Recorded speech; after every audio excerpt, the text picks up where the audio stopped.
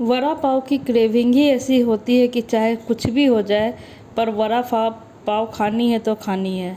तो आज तो कैसे हैं आप लोग? और आज मैं एक ऐसी ये इजी रेसिपी आपके लिए लाई हूँ कि अगर आपका मन है वड़ा पाव खाने का, लेकिन आप नहीं चाहते कि एकदम आप डीप में जाए इसे बनाए, तो मैं एक बहुत इजी ये वड़ा पाव रेसिपी लाई हूँ। तो चलिए आइए मेरे साथ इस वीडियो में बने रहिए और अंत तक ज़रूर देखिएगा। तो मेरे इस वीडियो को लाइक भी कर दीजिए, अगर आप नए हैं तो चैनल को सब्सक्राइब, अगर आप फेसबुक से देख रहे हैं तो पेज को फॉलो प्लीज़ कर दीजिए। तो चलिए ये सबसे पहले देखते हैं। मेरी इस रेसिपी से अगर आप बनाओगे तो आपको कोई ज़्यादा इसमें काम नहीं करने की ज़रूरत है, आप इजीली बना लोगे। तो सबसे पहले हम लोग करेंगे स्टेप 1 में कि बेसन का घोल बना लेंगे। अब बेसन में आपको क्या क्या डालना है, इसमें आप थोड़ी सी नमक डाल दो स्वाद अनुसार, थोड़ा सा हल्दी पाउडर और थोड़ा सा बेकिंग सोडा कि उसमें फ्लफीनेस ज़्यादा हो। और जो ये बैटर बनाएंगे हम लोग को ना ही ज़्यादा पतला बनाना है और ना ही ज़्यादा मोटा बनाना, हम लोग को मीडियम बनाना है। तो आप ये याद रखिएगा, सबसे पहला काम आप यही कीजिएगा कि आप ये बेसन का घोल बना लीजिए, क्योंकि एक घोल से अभी यहाँ पे बहुत सारा आपका काम इजी हो जाएगा। फिर उसके बाद अगर आप बेसन का घोल ये बना रहे हैं तो उस बीच में आप अगर आपके पास बॉयल आलू है तो ठीक है, नहीं है तो आप प्रेशर कुकर में चढ़ा दो, वो 1 या 2 सीटी में तुरंत हो जाएगा। अगर आप चाहते हैं कि आलू आपका और जल्दी पके तो उसके लिए आपको ये करना है कि जो प्रेशर कुकर में 3-4 टोकरे आलू के करके डाल दो, वो 1 से 2 सीटी में पक जाता है। तो मैंने आलू पहले से बॉईल करके रखा था। तो अब ये मैंने एक कढ़ाई लिया है और इसमें मैं ज़्यादा बर्तन भी गंदा नहीं हुआ, मैं झूठ नहीं बोलूँगी, मेरा बर्तन भी ज़्यादा गंदा नहीं हुआ है। बस एक कढ़ाई, एक कटोरा बस और एक प्लेट, उसके अलावा कुछ नहीं। तो मैंने कढ़ाई में थोड़ा सा ये तेल डाला, उसमें थोड़ा सा हल्दी पाउडर और जो नमक है वो मैंने आलू में ही मिक्स कर लिया था, और हल्का सा एक ये सरसों का ये फ़ौरन उसमें डाल दिया था।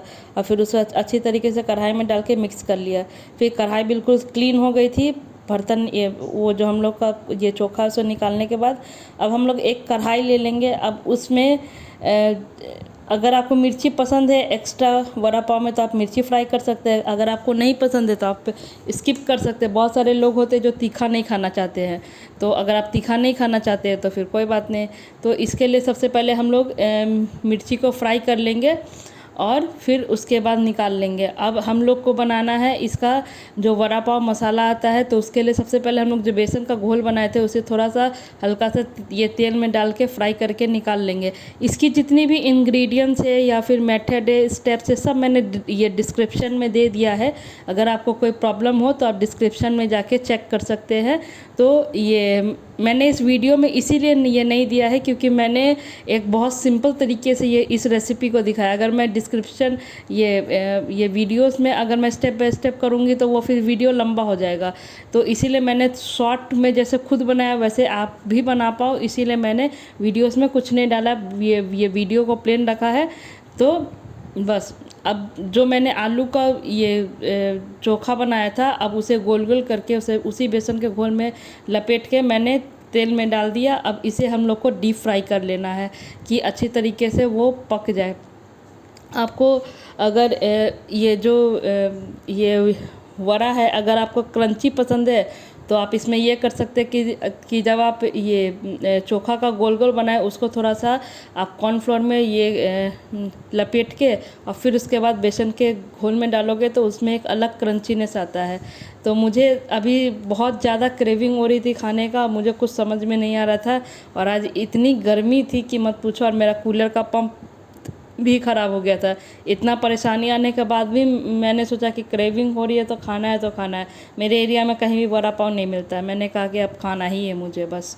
तो अब ये मैंने मिक्सी के ये जार में इसका ये जो मसाला होता है वड़ा पाव मसाला वो बना लिया, क्रंची को डाल दिया, थोड़ा सा ये लहसुन का पेस्ट और एक लाल मिर्च, और फिर उसे अच्छी तरीके से ग्राइंड कर लिया।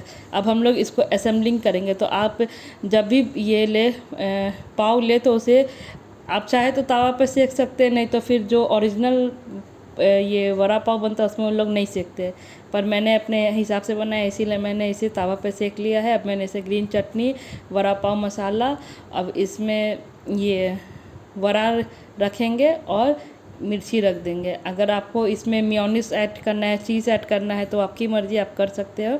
मुझे तो जो क्रेविंग हो रही थी, मुझे खा के इतनी शांति मिली है कि मैं आपको क्या बताऊँ। सही में कोई कोई डिश की क्रेविंग ऐसी होती है कि बिना खाए तसल्ली नहीं मिलती है। तो और इसके लिए मैं हस्बैंड से झगड़ा भी हो गया। वो बोले थे कि कूलर ख़राब हो गया है, तुम्हें उसकी नहीं पड़ी है, वड़ा पाव की पड़ी है। तो मैंने कहा मेरा मन हो रहा है, मुझे खाने दो अभी, ठीक है, मैं खाने के बाद देखूँगी क्या करना है क्या नहीं करना है। तो फिर इसके बाद सबसे पहले मैंने खुद के लिए बनाया, फिर एक हस्बैंड को दिया, एक खुद खा लिया। तो कैसे लगा आपको?